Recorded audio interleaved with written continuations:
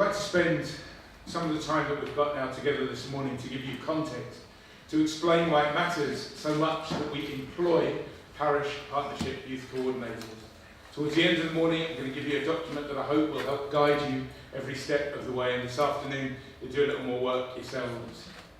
But this morning I hope to show you that what we're proposing here for Brentwood lines up very well with the lines proposed by Pope Francis and the participants in the synod that Joe mentioned for youth and faith and vocational discernment held last October at the Vatican. I hope to show you that what we're doing fits powerfully with the scripture we've just heard, which the synod took as its central guide. There's some recent research into young Catholics that I want to share with you, and that really illuminates the need for a parish youth coordinator. And I want to finish this morning by saying a little bit about the Brentwood Catholic Youth Service and Walsingham House. So in other words, there's an international context, a scriptural context, a research context, and a diocesan context that are all pointing us in the same direction with some deep wisdom from Pope Francis. So let's dive in. Until last year, the Church had never met to talk about young people. There's no Vatican document on ministry to young people. It seems incredible. So in January of 2017, Pope Francis surprised us all with the news that he was calling this synod on youth, faith and vocational discernment. He wrote a letter to young people of the world, encouraging them to make their voices heard. Some of you will have seen the surveys and questionnaires that we shared during 2017. I want to share with you a flavour of that synod because last October was such a significant month of discussion. I had the privilege of being in Rome for a few days while the synod was taking place, and I met with two of the young people who'd been inside the synod hall and heard from the director of youth and young adult ministry for the United States Conference of Catholic Bishops, Paul Jozambowski, who was also part of the synod. So here's a taste of the atmosphere inside that synod hall.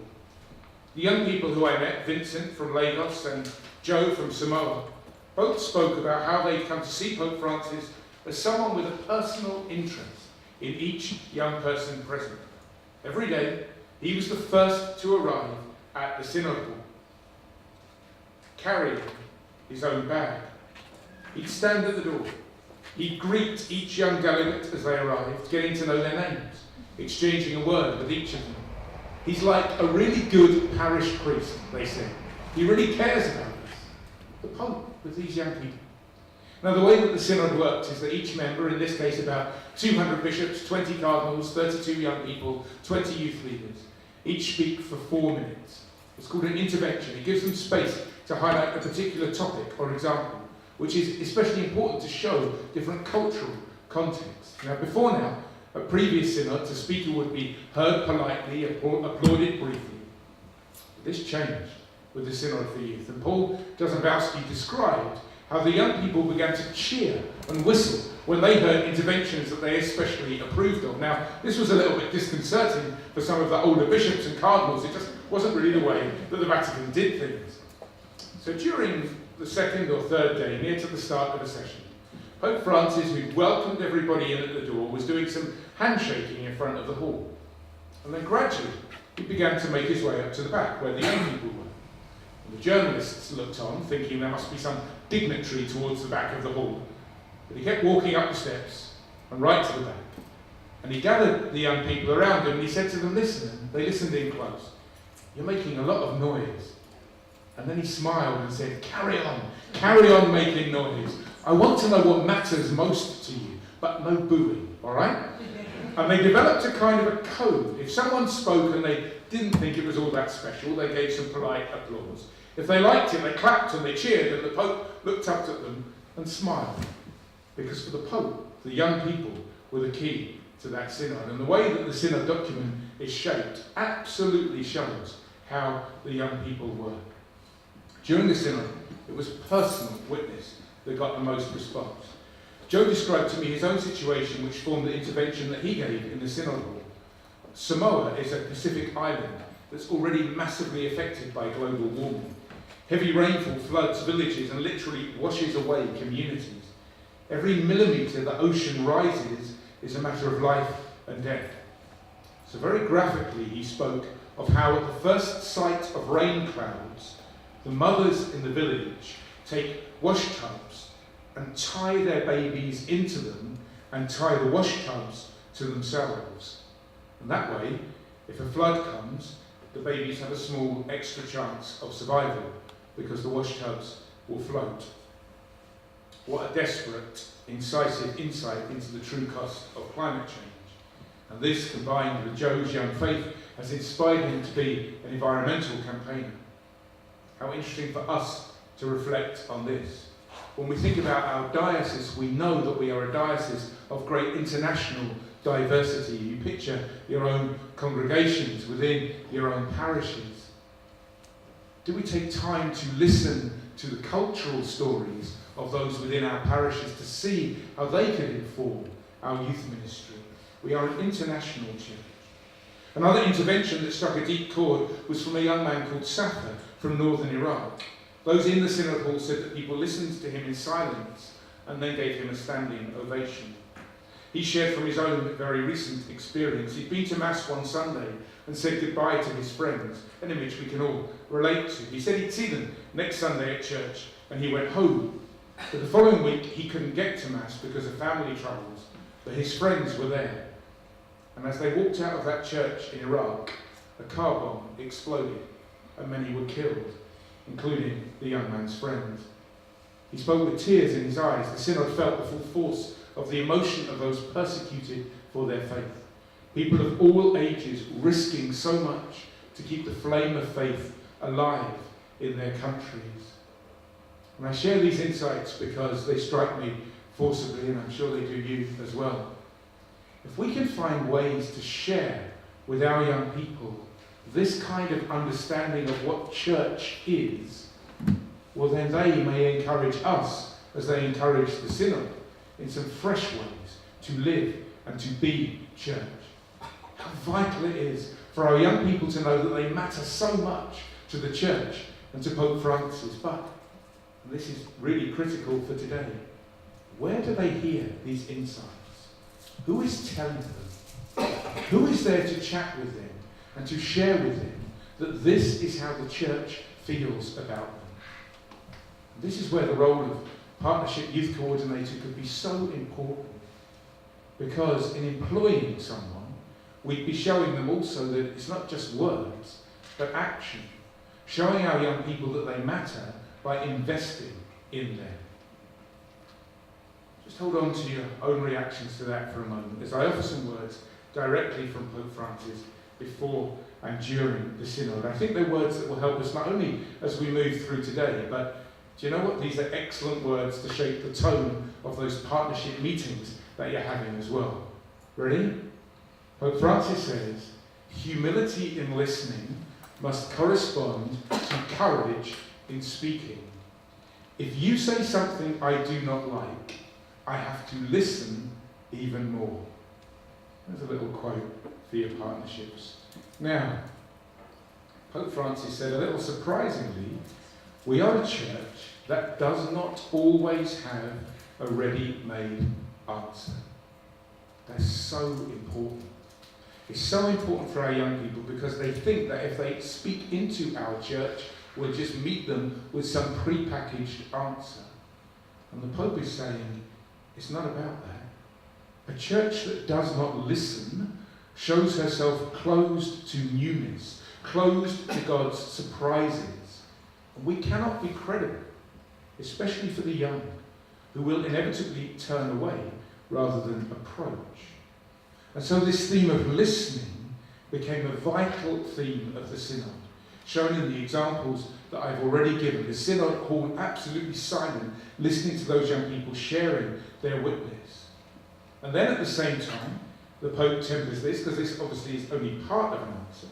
So the Pope tempers this with the kind of brilliance we've come to expect. He said, we must also cure the virus of self-sufficiency and hasty conclusions reached by many young people. So there's a tension there, there's a balance. We listen to them, but also we know that we don't have, that we do have answers that can be very important for them. There's a real balance. And then that Egyptian proverb, if there's no elderly person in your home, buy one because you will need him.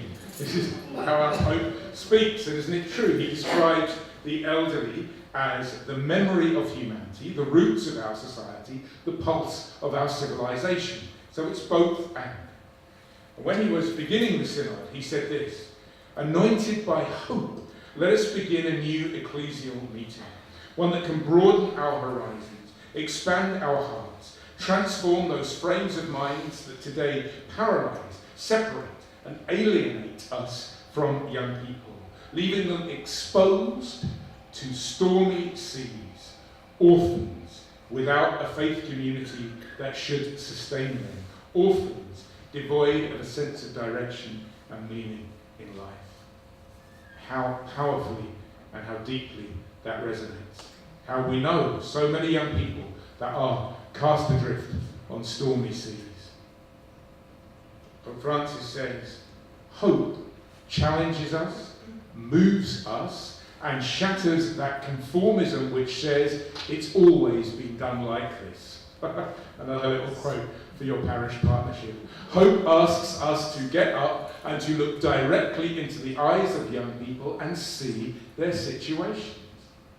What a crucial point. To see the situations of young people must mean being very close to them, walking with them.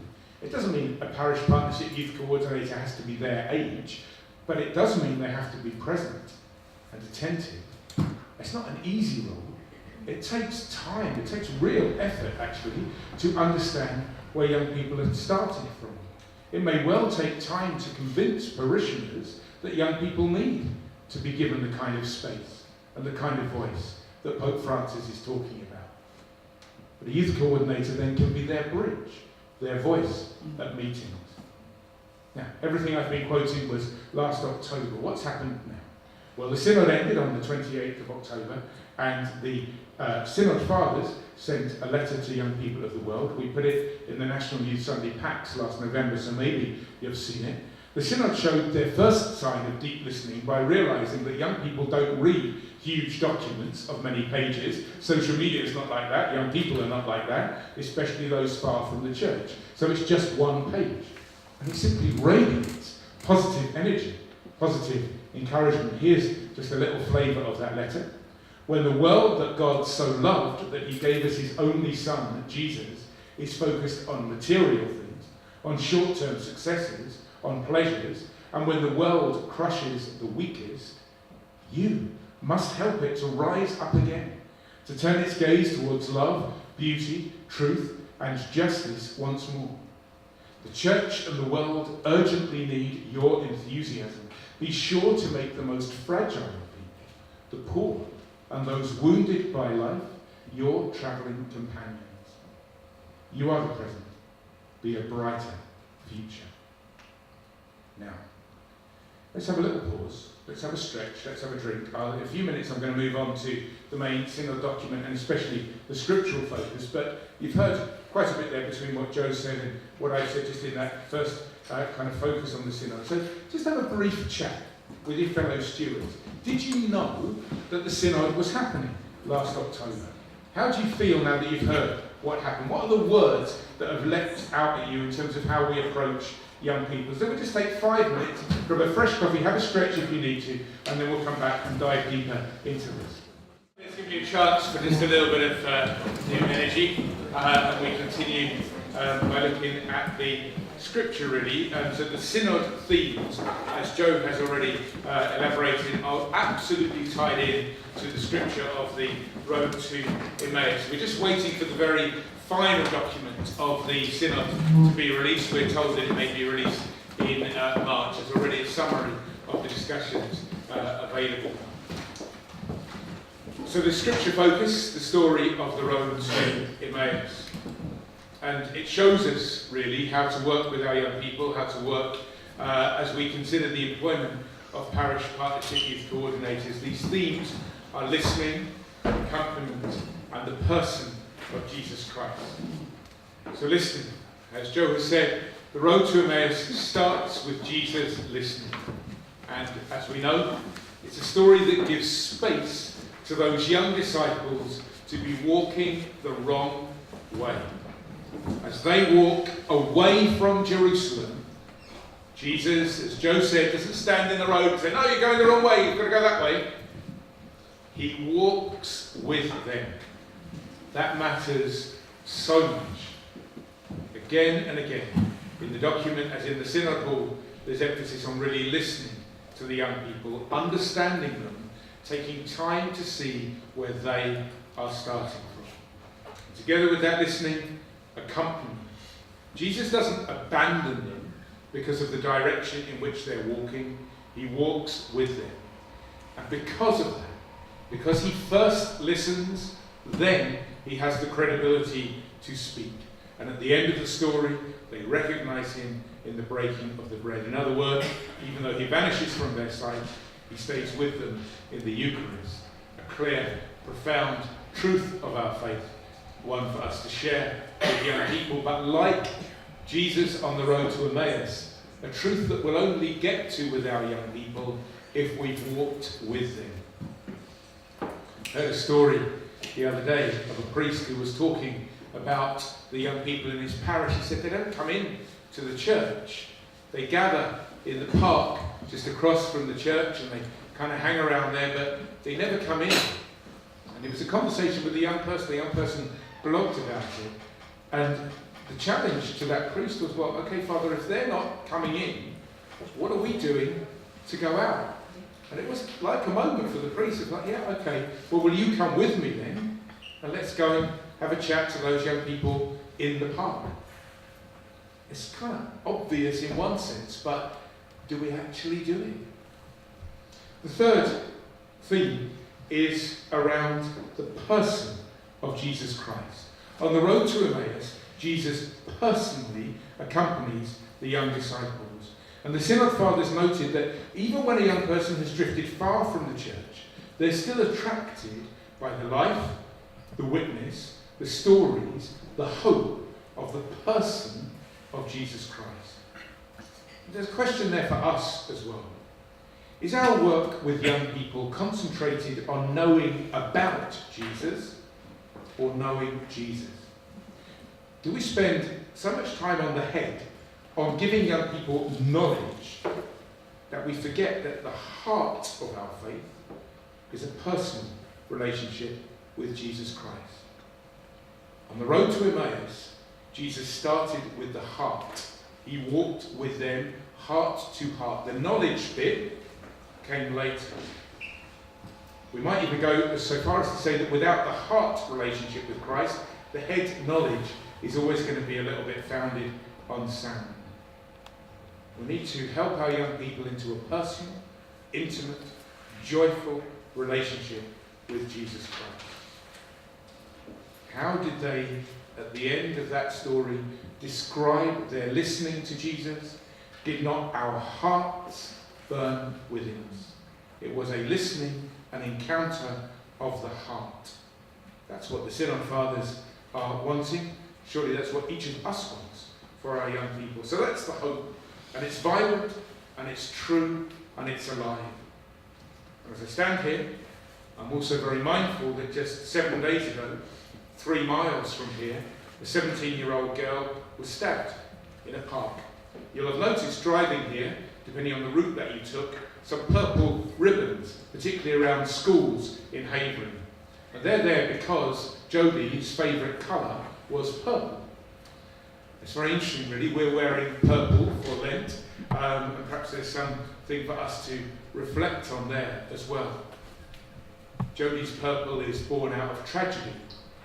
Our purple is encouraging us to step into the desert with Christ and to journey in a very reflective way. Now, I'm not going to spend time today looking at everything that's difficult for young people in our society. Joe's named some of it. It's self-evidently true that the young people that we serve are in ever more fragmented circumstances, with an ever more fragmented relationship to their faith. And so this brings us squarely to the role of Parish Partnership Youth Co-ordinator. Dear friends, as our young people walk in the wrong direction on their roads to Emmaus, who's walking alongside them? The volunteer who runs the parish Holy Communion or confirmation programme is absolutely vital. The work that they do is heroic, but it's not enough. Young people don't just need 2 sacramental programs for a year when they are 8 and when they are 15. They need someone who's going to journey with them consistently, provide opportunities for them consistently, listen to them and walk with them, whatever direction they're walking in. The Parish Partnership Youth Coordinator can nurture them also in leadership, so they become the ones in their late teens and early 20s who are themselves accompanying those who are younger. Later this morning, as we've said, Joe is going to speak directly about the difference it made in Basildon when he was a teenager. And all of it is rooted in the person, the life and the witness of Jesus Christ. So I want to move now from the synod and scripture to some research that was conducted very recently with conclusions that can help us enormously as we consider what the role of the Parish Partnership Youth Coordinator could look like. Just going to again give you a little moment just to have a moment of chat as I hand around the research documents.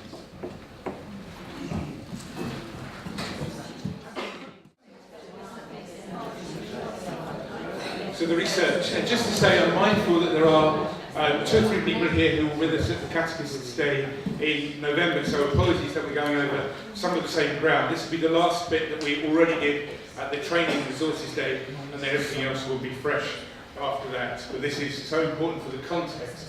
So we've had the synod context, we've spoken about the scriptural context, and now this document, Complex Catholicism, is the fruit of research based on a sample of about 1,000 young people, aged 15 to 25 in the UK, backed by data that you'll find on that website, and if you don't need to note the address on the back of the blue book there is the website address as well, caminohouse.com. So if you want to go deeper into this, it's there. Also, everything I'm about to say is in the booklet, and there are PDF versions of the booklet to download for free from that website. So if you want to share this, it's easily done. It's real gold dust, this. It could be a brilliant discussion starter for you and for your teams, and I encourage you to give time to it because I think it could seriously shape the kind of job description for a new partnership youth coordinator. It will resonate in different ways for each of you. So this circle is the key to understanding the research. You'll find it a couple of pages in to the document. Unfortunately, the document doesn't have page numbers, that's the only thing we didn't do. But just there, about 3 pages in, you'll find the circle. And you can see the 3 areas. The way that they structured the research is you've got those who attend Mass regularly, those who pray often, and those who act against injustice. So the 3 different areas: those who go to Mass regularly, those who pray often, those who act against injustice. At the edge of the circle are Jacob, Alice and Caitlin, and they are people who we might see as Catholic. They're baptised, perhaps they're from a Catholic family, or they go to a Catholic school, but they might not see themselves as Catholic anymore. They don't pray, they don't go to Mass, they don't act against injustice. You might wonder about their names. They're just to help us in creating what the document describes as typology. In other words, building a picture through the research of the kind of young people who are in each part of the circle. And then you've got Lucy, who's right at the centre of the circle, who's doing all of those things, going to Mass regularly, acting against injustice, and praying often. So, here's a question. Chat with your neighbours. As a percentage, how many young people would identify themselves in the outer circle with Alice, Jacob and Caitlin? And how many would be at the centre of the diagram with Lucy? Just have a little chat on your tables. How many are around the edge and how many are in the middle? Roughly, as a percentage.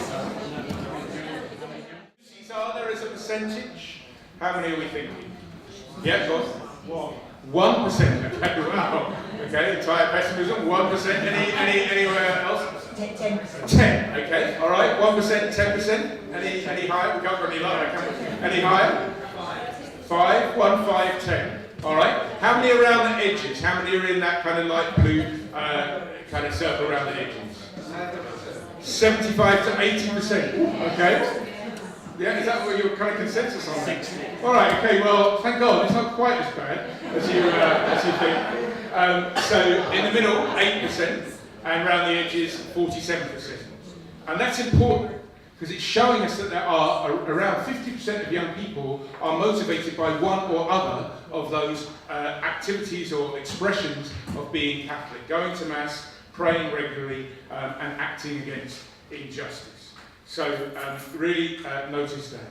Now, another graphic just to get us thinking into this a little more as well. They show us the answer to that question this is on page 3 of the document, thinking generally about the times that you've had to make an important decision, which of these things would help you to make that choice? So look at the various choices, talking with parents, talking with grandparents, good that that's so positive. 53% would find out information online. Oh my goodness. Can you imagine what they would find online around a serious life choice in their lives? 51% would talk with a trusted friend who's probably also looking up stuff online. 16%, only 16% of our young people would bring it to prayer. You know, if we're not helping our young people to build a relationship with Christ, if this isn't at the heart of our work with young people, we're not helping them to develop something that will truly sustain them for life. At some point on the journey, they will just walk away because there's too many other distractions in their lives. Now, I don't want to depress you this morning, but on the circle, the direction of travel is outward. In other words, our Lucys are becoming Esthers far more than our Jacobs are becoming Gregs. However, 2/3 of those surveyed said they felt welcome in a Catholic church. There are positive things for us to build on. And also, our young people are seeking role models, people they look up to, people they respect, people whose voice they value. And we do have some of those people already in our parishes, youth leaders, catechists. Get the right partnership youth coordinator, and they'll be such a person too. It's really precious. It's really vital. Let me just pause for a moment and just encourage you to think about what your parish partnership is already offering for young people and what you could offer. And let's be honest about this. Is most of what we're offering appealing to the Lucys? Consider that. Consider yourself. Remember that meditation that Joe started with. Where would you put yourself in that circle? Where would you have put yourself when you were 15 years old or 21 years old? Just, again, take a little moment, have a little chat.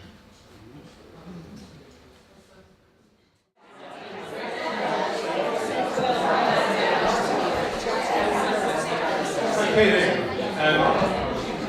We'll have a little more time to chat about this in a few minutes' time. Just to focus us in just a little minute.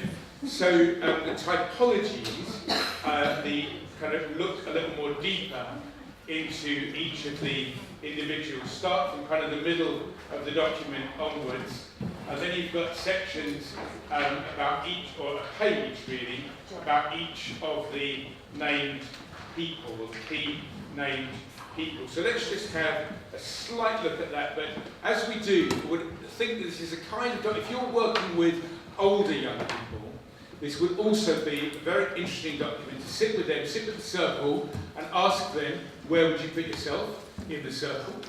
And then ask them to look at these typologies and see what resonates for them. Because in listening to them, comes back to the same thing, but in listening to them, it might also be that that really shapes the kind of offering that you're thinking about in the future. So Lucy. Now Lucy's the kind of person we will see by far the most of. She's the one in our parish pews pretty well every weekend. She's involved, she's engaged, but there's a decline in the number of Lucys from age 15 to age 25. So she's the kind of person we need to be really talent spotting. We need to notice her. We need to invite her to stuff. We need to invest in her. We need to find a definite role for her. Because if we don't, gradually, she'll drift away. So help her.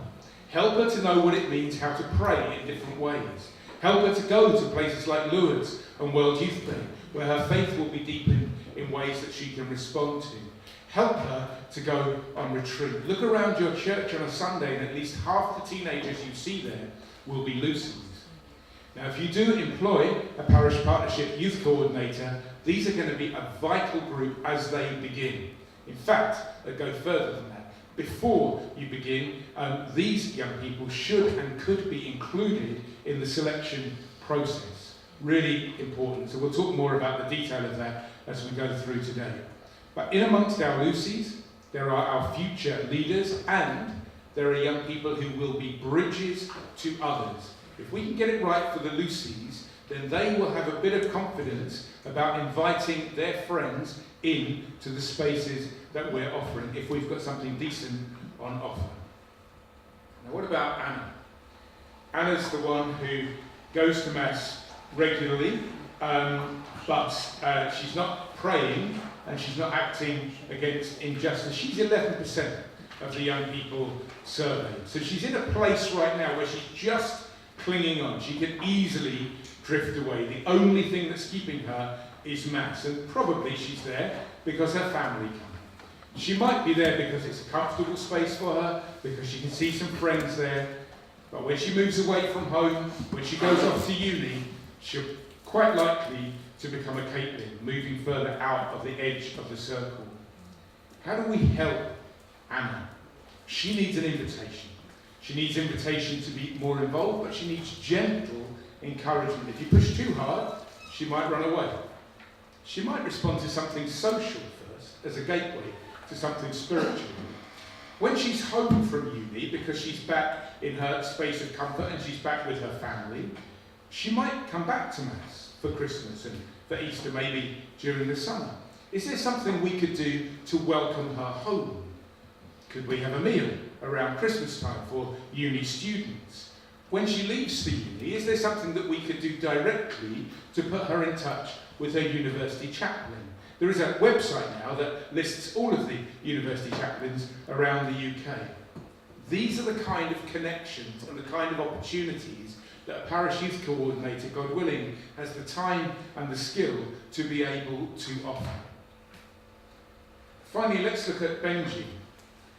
He's the one who acts against injustice, but he doesn't go to Mass and he doesn't really pray. He might be in the confirmation group. He might be a parent bringing his child for First Holy Communion because he does care about the Catholic social teaching, about the social justice elements of the church. If he is in the confirmation group, you'll definitely know that he's there because he's going to have a lot of questions, especially about the rules of the church, which he finds constraining, challenging and rigid. So he's got a heart for those who are suffering from injustice. He can see what the church does in this area, but he could quite easily move out of the Catholic space altogether into secular campaigning. He, by the way, is about 8% of the young people surveyed. How could we engage the Benjis in our parish community? Well, he's someone for whom that question of the person of Christ could be really vital. Help him to see that the principles of social justice that he holds so dear are also dearly held and lived by Jesus Christ. And you might just get him praying, because he might just be able to see that there is a link between that humanitarian suffering that he really cares about and Christ, who was right in the space of people who were suffering. Maybe a Mass with a focus on an issue of justice that he cares about, where you could bring him front and centre. At Shoebury-Ness, incidentally, they already do this. They've got a junior Justice and Peace group, and once a month they update their parish with their latest campaign or insight. What a brilliant way to bring the Benjis of this world to Mass. Say, Benji, I know you don't normally come to Mass, but I want you to come so you can tell the parish about this or that or the other. It's not coercive, but open and inviting. The one thing Benji won't respond very well to is being given more rules or told what to do. So you get the idea. The second half of the booklet takes you through each person, character by character, gives you some tips about the kind of person that they are and about working with them. And I commend this book to you absolutely unreservedly. It's the most valuable piece of research undertaken into young Catholics since the same research team looked into this 10 years ago in 2009, and the report from them was called Mapping the Terrain. But as you read about each of the types, as you notice them in yourself and in the young people and parents that you work with, as you pray about them, challenge yourself about how your partnership youth ministry maybe already includes them. But certainly, as you look ahead, if this is about renewal, if this is about truly proclaiming the good news in Essex and East London, how can we reach beyond our Lucys to all the rest of them? I think this document could really guide your conversation about the employment of a parish partnership youth coordinator. Surely it clearly helps us to see how our young people need a broad youth ministry that stretches beyond sacramental programs. So once again, because I'm mindful that with this stuff, if I just go on too often without little pauses, it's just too much of a head spin. So let's just pause again, grab another coffee if you need one, or just have a little stretch, or there's still a few donuts left, amazingly. Consider this key question. How much how much of what you offer young people gets you out of the centre of the circle? How much helps you reach beyond Lucy? And how can a partnership youth coordinator help you broaden what you're already offering young people? So we'll take probably 10 minutes now just to have a decent bit of a break. Then we'll look at the youth. Okay, then let's begin again. All right.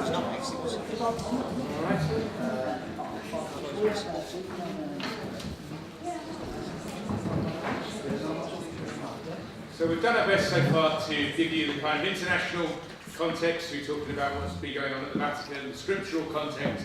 We've spoken about this research, which I really encourage you to take away and to do more with. And now let's look at our own local context here. What are the youth service and Walsingham House that's been offering so far? And one of the challenges might be, well, surely the kind of stuff that we've been talking about is the kind of stuff precisely that the youth service and Walsingham House should be doing. Well, let me tell you what we are doing and then explain why the kind of things that I'm proposing, I believe, should be local. So Walsingham House at Abbotswick welcomes 4,000 young people to the house every year. Our team travel out to schools and to parishes across the diocese to offer retreats to a further 3,000 young people. Those young people are aged between 10 and 18 years old. So we're covering the whole age range with those young people. Some of them come and stay for the weekend, particularly confirmation groups, school groups in the week. Some of them come for a day. Last summer we took 250 young people to Lourdes to be alongside the diocesan adult pilgrimage. Beautiful memories made, beautiful intergenerational sharing, that kind of listening that we've been speaking about. You know, what better place than over a cup of coffee in Lourdes? The young people only drink water, obviously, while they're there, and soft drinks. But what better place to have those kind of conversations, for young people to hear the wisdom of those of different generations, for those of different generations to meet young people wearing hoodies and not to be terrified by them because all they've seen about young people is negative. Every year, about 700 young people who are making their confirmation come to the cathedral. This was last year where Sister Catherine Holland, who had been an Olympic speed skater before she became a religious sister, where she came and spoke to a packed cathedral full of those young people. And then our events list, you'll see that there's copies of that on the table as well, but a whole range of different events, everything from the sponsored sleep out to Lenten retreats, charity football match, obviously Lourdes, and youth gather, many different things going on throughout the period, throughout these next 3 or 4 months. We're trying to continue the development of Abbotswick, and we've got the sponsored sleep out at the start of the Easter holidays, and then summer use of Walsingham House at Abbotswick with retreats for adults. It may well be that you're sitting there thinking, you know, I would just love a weekend where I could just be still. And that's what those weekends are. 2 of them in August, from Friday to Monday. Come and stay at the house. We'll have a very simple programme of evening prayer, morning prayer, mass, a couple of times of adoration. It will all be optional. Really the idea is to give you the peace and the stillness and the space of Abbotswick. And then another weekend where we're very mindful that there are lots of families in the parish who can't afford a summer holiday, so we've got large rooms, and so we're offering that as a long weekend for about 8 or maybe 10 families, which is just the tip of the iceberg really, but we're just beginning, and we'll see how that develops obviously in partnership with the SVP and hopefully complementing the project that many of you will know about, the St John Bosco Children's Camp, which takes just children on holiday aged 8 to 13 over at Fordham. We're offering something for families, so hopefully complementary, but also working with some of those same families who've got those particular needs. So for all the things that we're offering, for those 7,000 young people on retreat, 250 to Lourdes, the whole programme of events, everything I'm describing, this, dear friends, is our team. Gabby, who looks after events and pilgrimages, Joe, who you've met this morning, our Walsingham House team, 7 of those are volunteers, 2 of them are staff, and Natalie, who if you ring Walsingham House, that's the voice on the phone. That's our team. Now, we're maxed out. We're maxed out with what we're doing. We've got a lady called Gemma as well, who we've only just started, She works for 6 hours a week for us, looking after our social media, because obviously that's important in what we're doing. We keep refreshing what we do, but fundamentally, there's nothing more that we can do from the centre. We can employ another 10 people and base them at Walsingham House at Abbotswood, but what we could offer from the centre will never meet the kind of local, accompanying, week in, week out experience that I've been describing this morning. We can, and we should, offer the mountaintop experiences, a retreat, a pilgrimage, to Lourdes or to World Youth Day, promotion of a massive event like Flame. But when we come down from the mountain, when a young person goes from Lourdes or a Walsingham House retreat, they need the person who will walk with them, day in and day out. And honestly, without being too stark about it, the risk at the moment is we're sending them from the mountaintop to the desert, because they go back into their parishes and there's nothing for them. So it is the week in, the week out opportunities that really deepen and form our young people. And it's what you can offer them, just within a few miles of where they live, in places where their friends are. That roads to Emmaus accompany. So we all need that mountaintop experience. Moses needed it, Abraham needed it, the disciples needed it, Jesus himself needed it. But when we come down from the mountain, we need the person who's going to walk with us. What about volunteers, you might say? We've managed with volunteers up until now. Can't make it. Well, the appointment of a youth coordinator in every parish partnership would add 22 people. There's 770 hours a week dedicated completely to the approximately 25,000 young people who live within our diocese. The employment of a youth coordinator doesn't diminish the place of volunteers. My own experience in Basildon was that once we had a paid youth coordinator, the volunteers had a focus which helped nurture them. They had a point of contacts and training and support, and volunteers grew in number. So it's definitely not about replacing volunteers with someone who's paid. But it's about noticing that someone who's paid can give 35 hours a week. Which volunteer can do that? So the Synod gives thanks for volunteers. The document stresses again and again the importance of having good people to accompany the young. The idea is floated that our youth ministers have ecclesial status. That's a very interesting idea. In other words, that we should commission our ministers to young people, just as we commission extraordinary ministers of the Eucharist or lay readers. What an idea. The youth ministry is an ecclesial ministry. How that would deepen our understanding of the seriousness of what we're about, and the effort and the energy and the time and the prayer that we're called to give to it in each parish and across the diocese. Youth ministry can't be an optional extra in the hands of volunteers who are juggling family life and everything else. It's absolutely at the core of what we're about. So to all of those of you who are already volunteer catechists and youth leaders, to those who are watching through the lovely medium of Paul and the great video cameras that have been recording everything so far, thank you. Thank you for all that you've done so heroically, for all that you do so heroically, in some cases over many years, often unsung, often under-resourced. You know, there is a particularly lovely line about you in the document. The Synod Fathers speak of those who accompany the young as people who are tending a forest, growing quietly and sometimes unseen. A forest. Just think about the children and the young people that you work with. Think about how they grow during the time that they're on your sacramental program or in your youth club. How they grow in knowledge of the faith. How they grow in relationship with Christ. How they grow in personal skills and personal confidence. A forest which you nurture and water and plant. You do it quietly, you do it gently, but it is recognised. Recognised too by Pope Francis, who's very clear.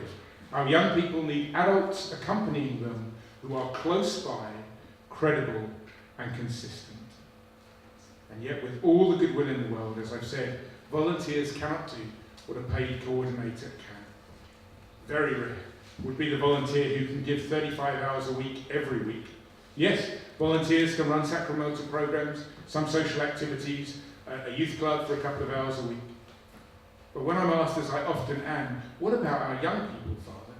Well, as I've discerned this over the last 17 years of priesthood, my answer's ever clearer. We have to invest. We have to invest in people if we're going to transform the engagement of our young people with their faith. For the consistent accompaniment our young people need, for activities which will sustain them not just when they're preparing for a sacrament, but throughout their adolescence. We have to renew what we're offering our young people, and we have to do it locally. To put it another way, in the words of Bishop Allen in the Diocesan Vision document, it is our belief that a full-time, paid, trained and well-supported person in the role of youth coordinator in each parish partnership is the best way to provide the resources and relationships required to sustain youth ministry in the rapidly changing landscape faced by our young people.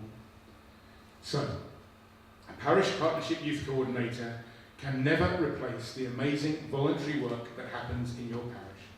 Nor can such a person offer the mountaintop experience that the BCYS and Walsingham House can offer.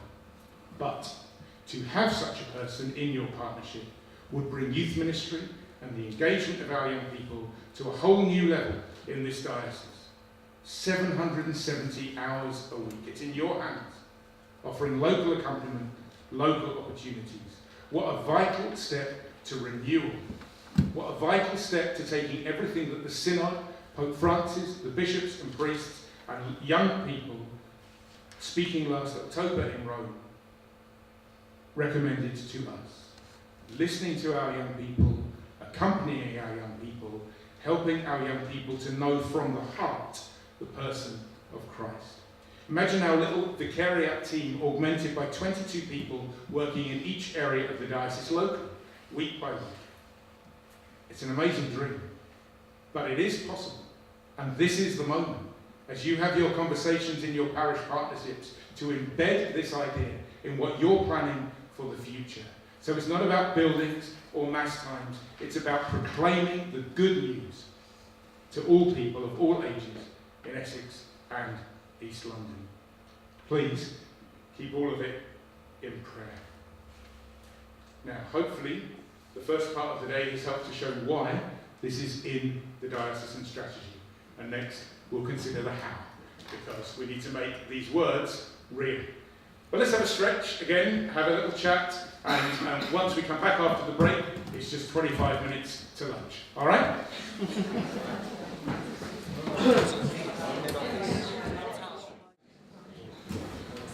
And you already had some input from Joe earlier on. Someone asked me in one of the breaks, how old is he exactly? He's 24. I know. It's amazing what that beauty regime does nowadays for our young people. So anyway, you're going to see in a minute, you're going to see a picture of him even younger here, but he's going to talk about his own experience really, as he was on his confirmation programme more or less at the time when we employed a youth coordinator in Basildon, and well, it's up to him to share the story. Welcome back, Joe.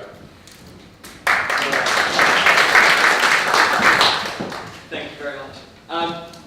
So yeah, I'm going to be speaking about kind of how a youth coordinator made an impact in kind of my young life, and also the impact that I saw having a youth coordinator in our parish on the next generation kind of after me, and how that invigorated them, brought them into the faith, and gave them purpose.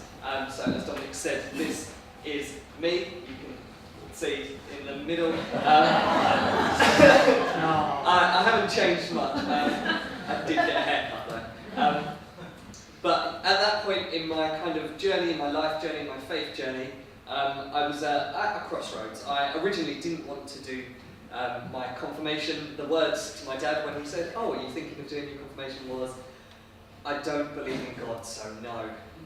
But he kind of just kept pushing, kind of ever so gently. If you ever met my father, he's not very forceful. It's just like, "Go on, just do it, just do it, just do it." And he eventually twisted my arm into doing it. I was like, "Okay, if it'll stop you nagging me, I'll go to the sessions." And I wasn't really engaged with them. I kind of went to them, sat there. There was this funny old priest telling us things.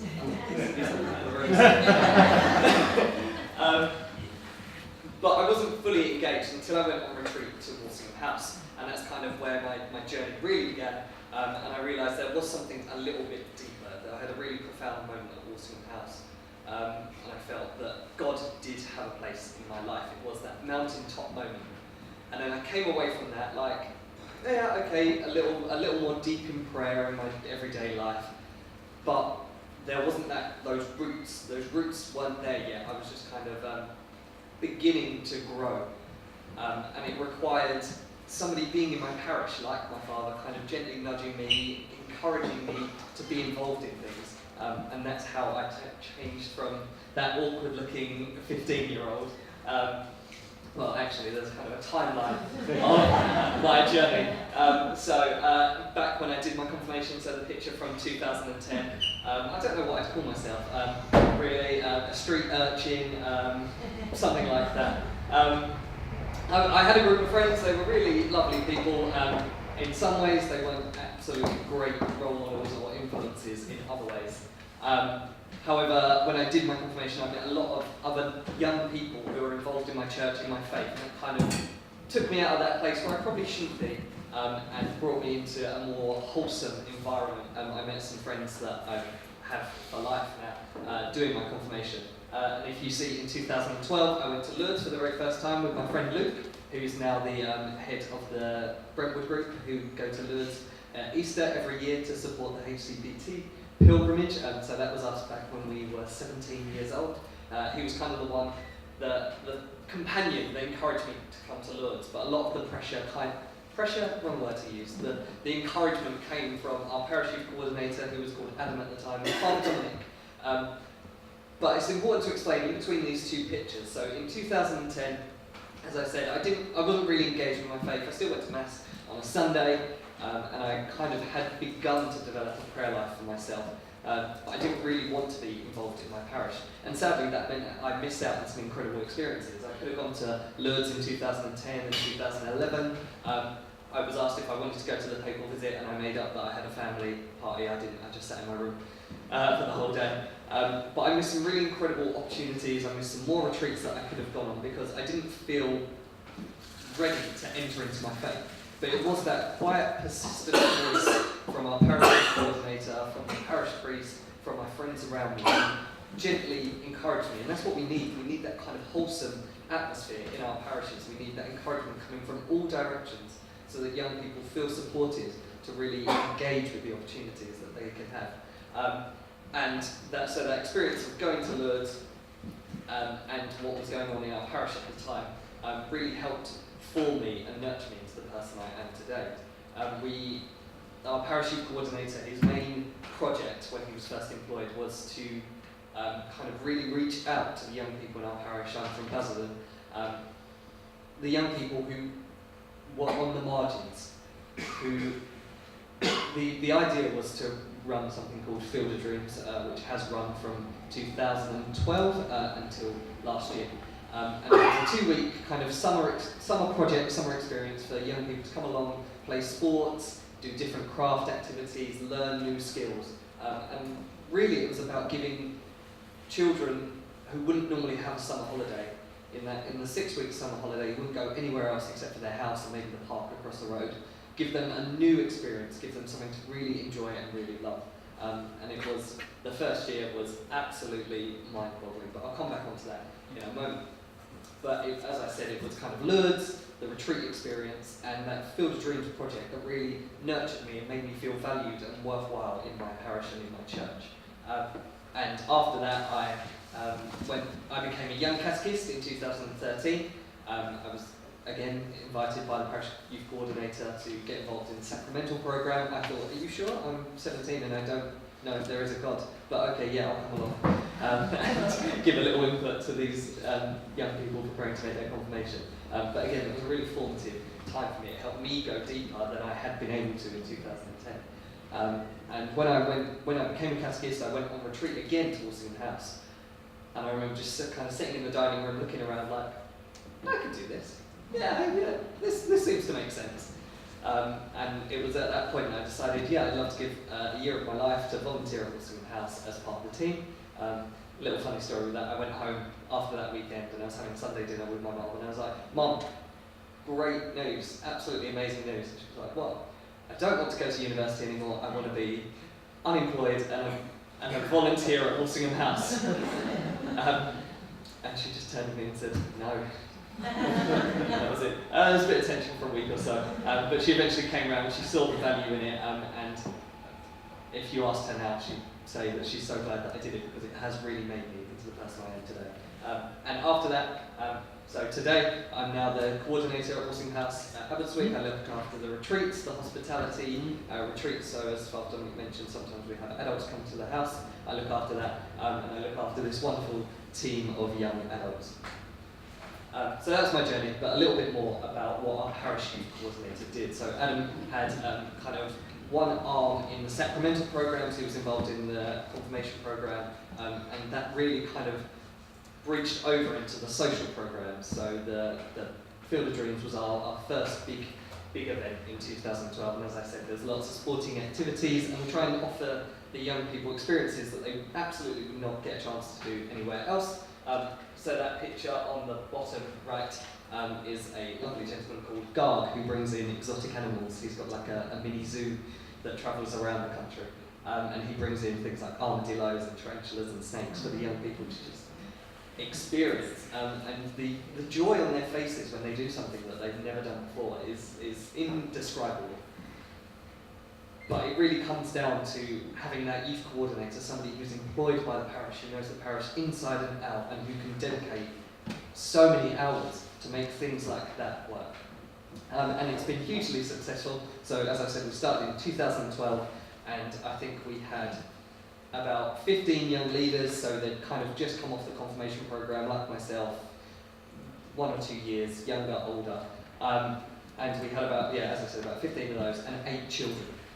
So we ran it for 2 weeks, and the first couple of weeks they were very interesting. They were a lot of fun, but absolutely bizarre.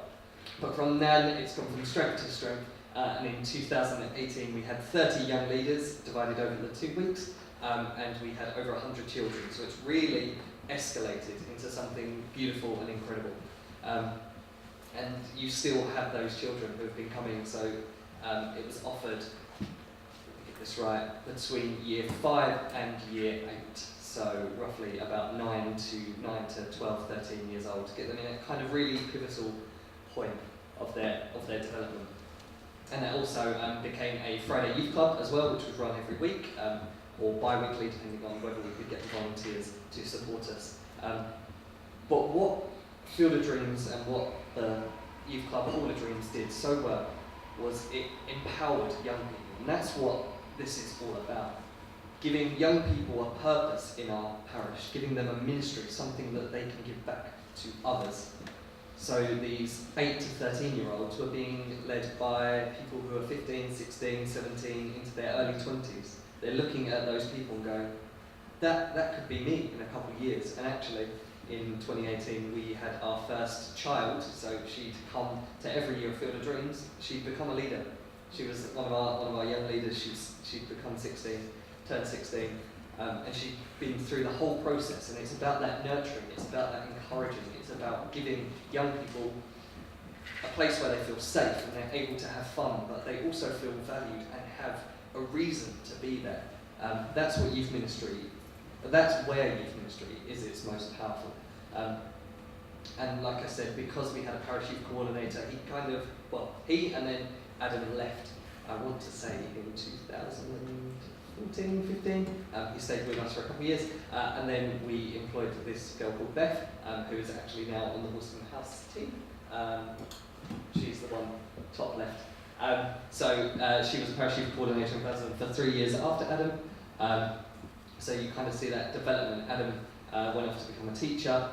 Beth came from a year on the Walsingham House team and decided to do 3 years of chaplaincy in the schools and doubling up as a parish youth coordinator. So you kind of see that thread, that development. It really empowers the people who do the job as well to find their next calling, and quite often it tends to be in a church, in a different church, in a different school, with that kind of the Catholic ethos running through it.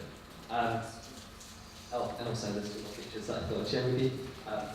We sometimes get owls, which is great. And one year we invited Olympic hurdler Tony Jarrett to come in, which was an incredible experience for the young people, because it was completely, they never get an opportunity like that before to run hurdles with an Olympic champion. And it just gives those mountaintop moments that make them want to keep coming along and being involved. And so I just thought, this is my favourite photo from the 6 years that I've been involved with Field of Dreams. I think it kind of shows that teaching element of what a parish youth coordinator, how it can empower young people and how it can keep empowering the next generation as we pass on our wisdom, as we pass on our knowledge from all our years of experience through these programs, through this employment. It can really, really make a difference in young people's lives. And I don't want to finish on a sad point, because what we've done in Basildon has been an incredible experience. And for a couple of years we created a committee to help support the parish youth coordinator. So some of the old fellas who have been involved for 6 years, we created a committee to hopefully be able to hand on to the next generation. And as we all get a little bit older, so now I work at Walsingham House, I'm going to be engaged pretty much all through the summer with different retreats and different things, so I may not be able to commit to Field of Dreams. One of the girls who sat on the committee got married, is getting married, and won't be able to come along. One of them has moved to Manchester to be closer to her boyfriend. One of them has got a full-time job, which wouldn't allow them to take 2 weeks off in the middle of summer. And as we're getting older, we need to be able to pass on to the next generation. And we found that is actually quite difficult, as much as you can talent spot and bring people in. Now that Beth has moved to Walsingham House, it means Basildon's been kind of left in this vacuum without a parish youth coordinator. And they're in the process of the discussions and with this parish partnerships, that's the word I was looking for. With these partnerships, that's kind of broadened the discussion. So I'm not entirely sure where Basildon and partnership are with that right now. But it shows a real success story. But right now, there is no Hall of Dreams, there's no weekly youth club. And Field of Dreams is kind of hanging in the balance whether it will be able to happen, because as we're getting older and becoming and leaving and going off and doing different things, the younger generation haven't quite been prepped, they're not quite ready, and without this constant of a parish youth coordinator, they wouldn't just be able to take over this group of volunteers and just run it, because they wouldn't be prepared. They need somebody doing the legwork to give them a plan and help them to walk alongside with it. So to me, that's the value of a parish youth coordinator. There's definitely a difference in my home parish now, and I'd love to be a part of handing over to the next generation as they take up running an incredible youth club and an incredible summer project. But they do need that glue that holds it all together, which I believe is the parish youth coordinator. So thank you for listening to me today. Please don't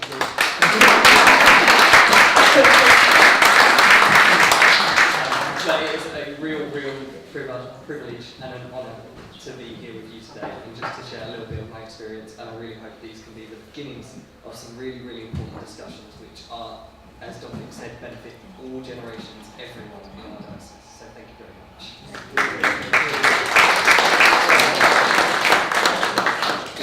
Thank you, Joe. Thank you for sharing those 9 years at Basildon and the difference that the employment of a youth coordinator made in our context. As Joe alluded to, we had the parish youth coordinator was employed for about a day and a half each week, and the other 3.5 days of firstly Adam and then Beth were shared between our schools. That's one way of doing it. Another way of doing it now with the partnerships is, of course, to have a youth coordinator across 4 or 5 different parishes, and that's what we're proposing here, because that seems apropos to the discussions that you're having between your partnerships. So a couple of other things to say, really, about the role of the youth coordinator. So we were encouraging our young people to go to Lourdes, as Joe's described. One of the young people who went had a mother who was suffering with paranoid schizophrenia and a very young child in her home. And the consequence of all of that was that she didn't have a passport and she didn't have anyone at home in any way to help her to fill in the forms or do the stuff that you need to do to get there. So it was our youth coordinator who sat with her and filled in her passport form, went round to the house, got the parent to sign it, which was just about possible, and then went with this young person, then with another adult up to London to sort out the whole thing so that they could travel to Lourdes. And we paid the 78 quid as it was then for the passport. But which volunteer, really, honestly, that's a whole chunk of work just to help one young person to avail themselves of that opportunity. So this is the kind of stuff that matters.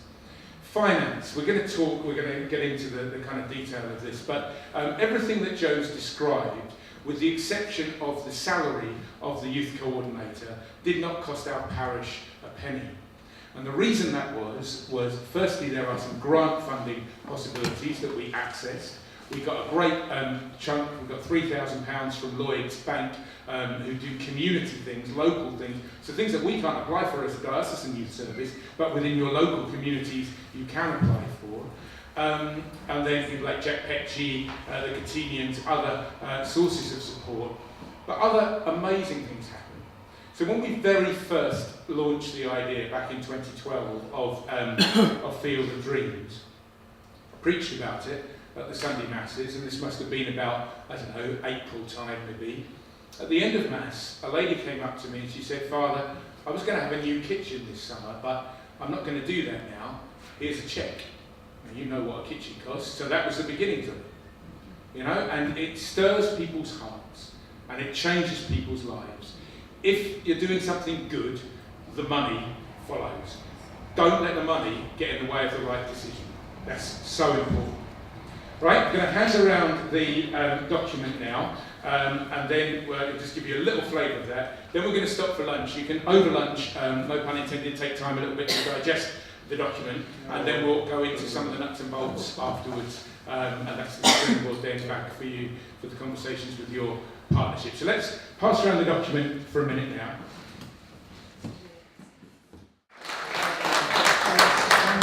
I'll just transfer around. Just to say exactly what you were asking for, wasn't it? This is the insights that we needed for today. So to thank you to Father Dominic and Joe for being here.